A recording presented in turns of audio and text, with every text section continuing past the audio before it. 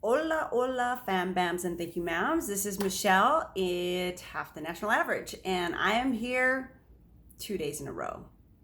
This might be becoming a habit. I don't know.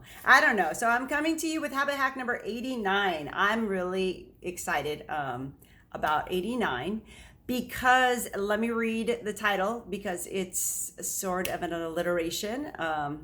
Surprise, surprise.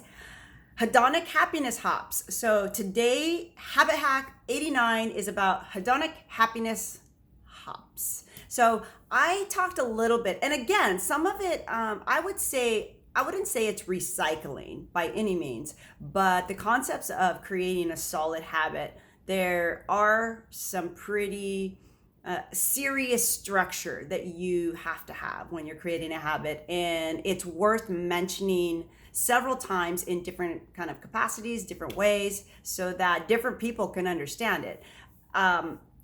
Now, as far as a hedonic happiness hop, what does that mean? Well, when you get cognitive behavioral scientists who have an eye on economics that are studying hedonic happiness, then you get studies like this. Let's see if you fall in line with the average human being. Would you rather get $1 million in 10 years from now, but nothing from years 1 to 9? Or would you rather get $100,000 every year for 10 years? If you're the average human being, you will take the $1,000 or $100,000 every year for 10 years. Even if you were to get $1 million at the beginning of the 10 years and then get nothing for the 9 years, most people, especially lotto winners, will take that route, but you won't be happy. And the reason why is because hedonic happiness really is based on experiential happiness. And so it is kind of the feeling that you get when you experience something. Now, all of us have a baseline, which is called hedonic adaptation. And so that's kind of your baseline of happiness. And some people are up here, some people are here, some people are here, and that's just their level of happiness. And even if they were to win like $10 million, they still would get happy, but they would very, very quickly go back to their base. And that's just, that's just reality. I don't think that's rocket science for anybody.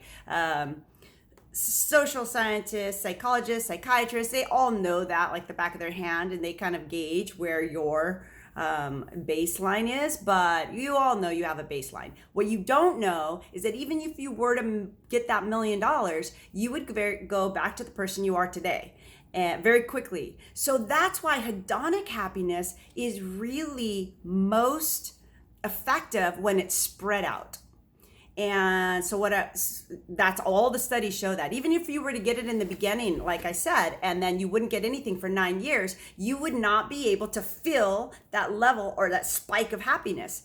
And so I just think of in a habit, how critical it is. How many times, I have been victim to this. I'm still victim. I haven't done it in a while, but you have a date in your mind and you're like, I'm going to work out every day. I'm going to eat right. I'm going to do everything I'm supposed to do for this date, right? And that really is an experiential kind of happiness moment that you're working toward. But once you're past that one moment, your happiness is satiated, and then you very quickly go back to baseline and then nothing.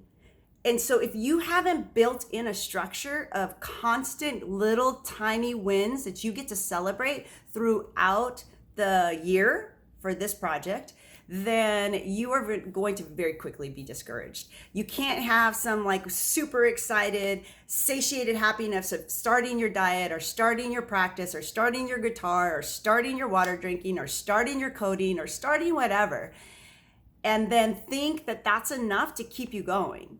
the way the brain works is that it craves constant small little wins. And it doesn't differentiate, believe it or not. When you give somebody a tiny little gift and a big gift, our level of happiness doesn't it's not in line with the level of the gift, to tell you the truth. Like, sad but true. So I just think of people who spend so much money on Christmas when their kids or their family members or their mates or whatever would be happier with tiny little gifts all throughout the year without any big event that's forcing them to get it. So these are kind of the things that I think about just as far as helping you guys with your habits. So are you creating tiny wins throughout? And are you notating these wins? Because we forget that we've been happy about something, you know. Interesting point.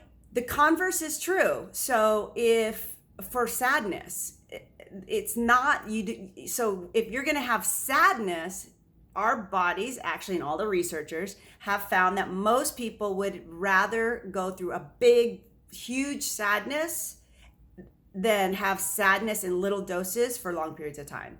And that makes sense too. You don't have to be a cognitive scientist to understand that. The big sadness is tough, but we don't want sadness, little tiny sadnesses every single month. That's kind of miserable. And that's one of those studies is very interesting. If you got $10 million in year one and then lost $1 million for the next 9 years, so you ended up with $1 million at the very end, the level of sadness or loss aversion would be so great that you would have been better off getting zero. You'd have been more happy.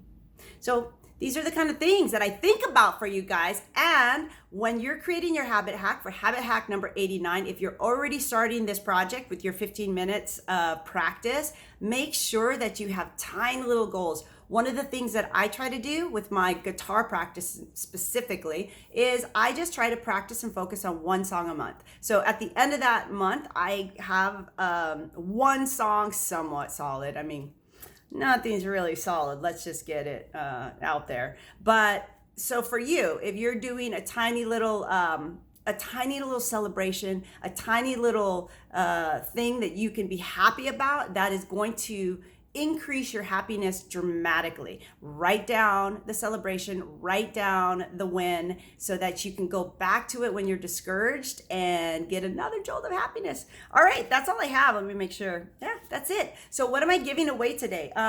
Well, for two things. I'm going to be quick, but this is for my buddy Mark Cataldo out there. If you're out there, Sur La Table, and for anybody who cooks, it is closing down 15 stores. So 15 stores, and everything in the stores that they're closing down is like 10, 20, 30% off. Now, I got a really cool garlic crusher today, so I was super excited, and it was $15, but $12 for me because I couldn't wait. They only had a few more, and I knew it was going to get cheaper later on, but I couldn't wait because I was like, I'm too risk averse. Like, I can't wait to get another $2 off. I just had to get it right today. What am I giving away for my minimalist life? I don't think I gave this away already. I don't. I swear I don't. But CJ Box, he is one of my fun reads. Like, I love reading him. This one's called Shots Fired, and it's stories from Joe Pickett country. It's a little country, a little hillbilly-ish, and I just love it. It's a quick, fun read. I mean, look at him. He's the writer. Come on. You know, it's going to be fun and quick. All right, that's all I have. I have 8 minutes and 47 seconds. I'm getting this habit hack done in less than 9 minutes, and I am hoping that we can get day 3 on this habit hack. I'm gonna hit 90 tomorrow if I can get my act together, and we will celebrate that so I can have a little measure of hedonic happiness. All right, bye, you guys.